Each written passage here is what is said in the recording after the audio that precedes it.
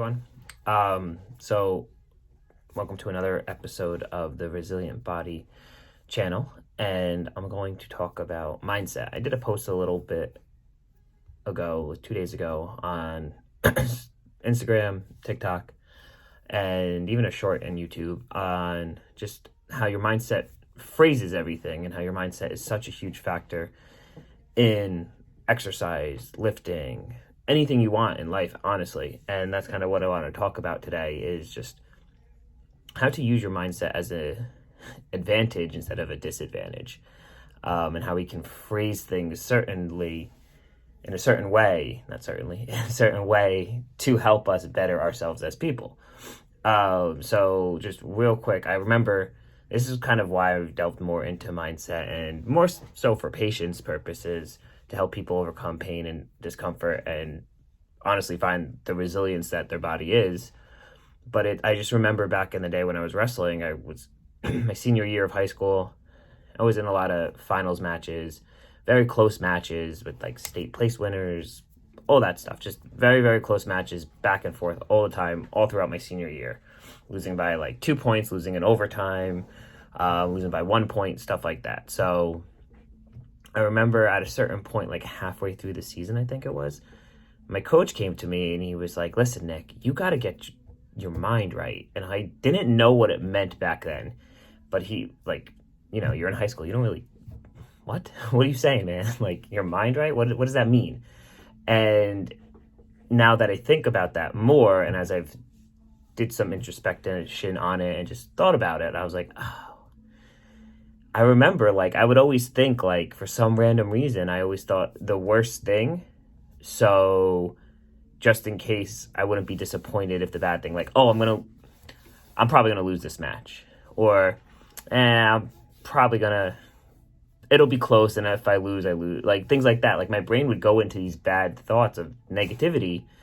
I don't know if it was a protection mechanism. I don't know, you're high school. Who knows what your brain does in high school and stuff like that. But it was one of those things of, I just remember always thinking a negative outcome and remembering how mad I'm going to be when that happens, instead of just being either not thinking of anything or just being positive and like, I got this. Wrestling for so long, I think I got this. I know I got this. I got this kid. I'm going to pin him. Whatever it is and stuff like that, I'm going to win. I just remember that, like, always being my thought process. And I don't know if it was something like, maybe I didn't think I deserved to win. I don't know. Like I said, that was many years ago. It was far in the past. It was high school. But it made me think, like, how much our mind really affects our body's output and what we believe we can do. And to bring it full circle to what I do now, working with patients and people and trying to help them find the resilience, it's like I said in that post the other day, is if you speak to yourself in absolutes, like, no matter what I do at all, this is going to bother me. I can't deadlift because it's going to hurt me. I mean, it's going to hurt you. There's so many factors into training and things like that. But if we get our mind to kind of cooperate with us, to be our friend, then we can get so much more out of training. And don't get me wrong, sometimes we have to take in a whole picture, whole approach and stuff like that. Sometimes it's not just in your brain, but the truth of the matter is, it starts up there. If you think an absolute thing of, I'll never ever squat again because my knees are bad. I'll never deadlift heavy, or I'll never hit a 500 deadlift because my shoulder hurts. Like, no, that's not entirely true. You don't know that 100%.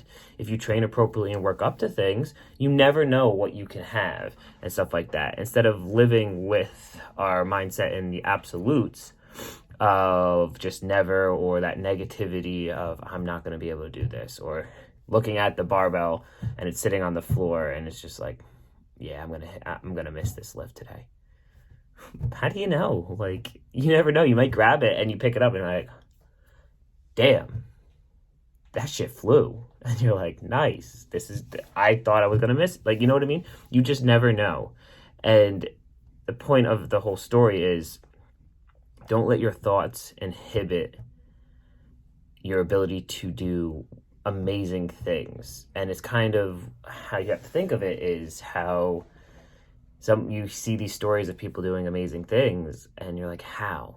And it's not that they're built different. It's their mindset towards doing it is kind of just like, I'm going to do it. I'm just going to do it.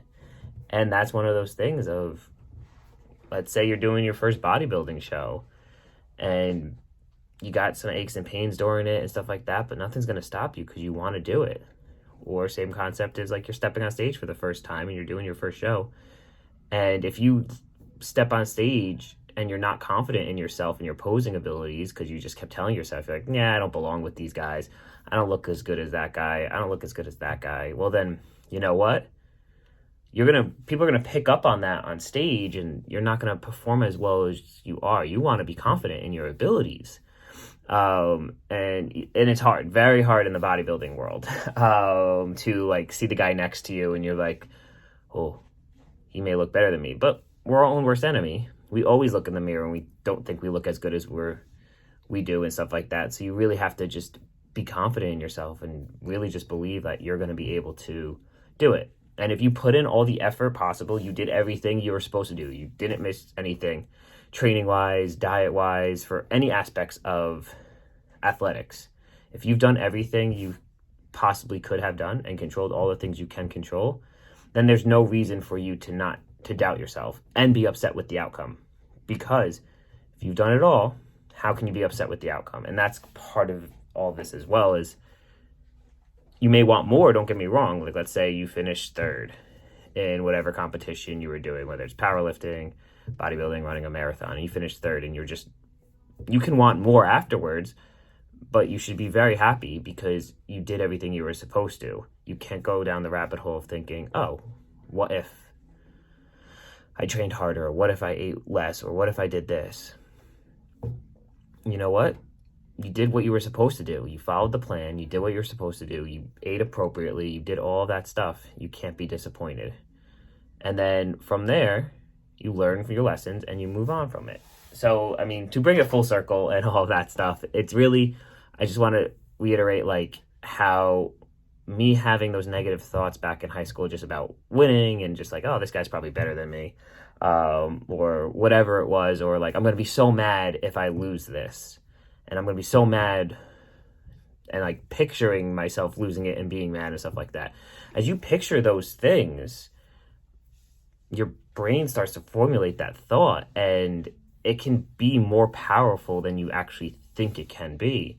And just like with pain and limiting yourself during training, it's like if you start picturing yourself like hurting yourself during your lift, or envisioning yourself missing the lift, or envisioning yourself on stage and your posing goes poor, or you don't look as good, you're going to start feeling those things, and it's going to get into this bad cycle and things like that. You're in control of a lot of things. And that's really what I wanted to talk about, was being in control of your mind can really set you apart from almost anybody, but also really help rehab purposes and coming back from an injury and stuff like that. If you really, truly have discomfort in a joint and pain and all that stuff, and you truly believe that you're going to be okay, at the end of the day, you're probably going to be okay. Or like if this lift is not going to hurt you and stuff like that.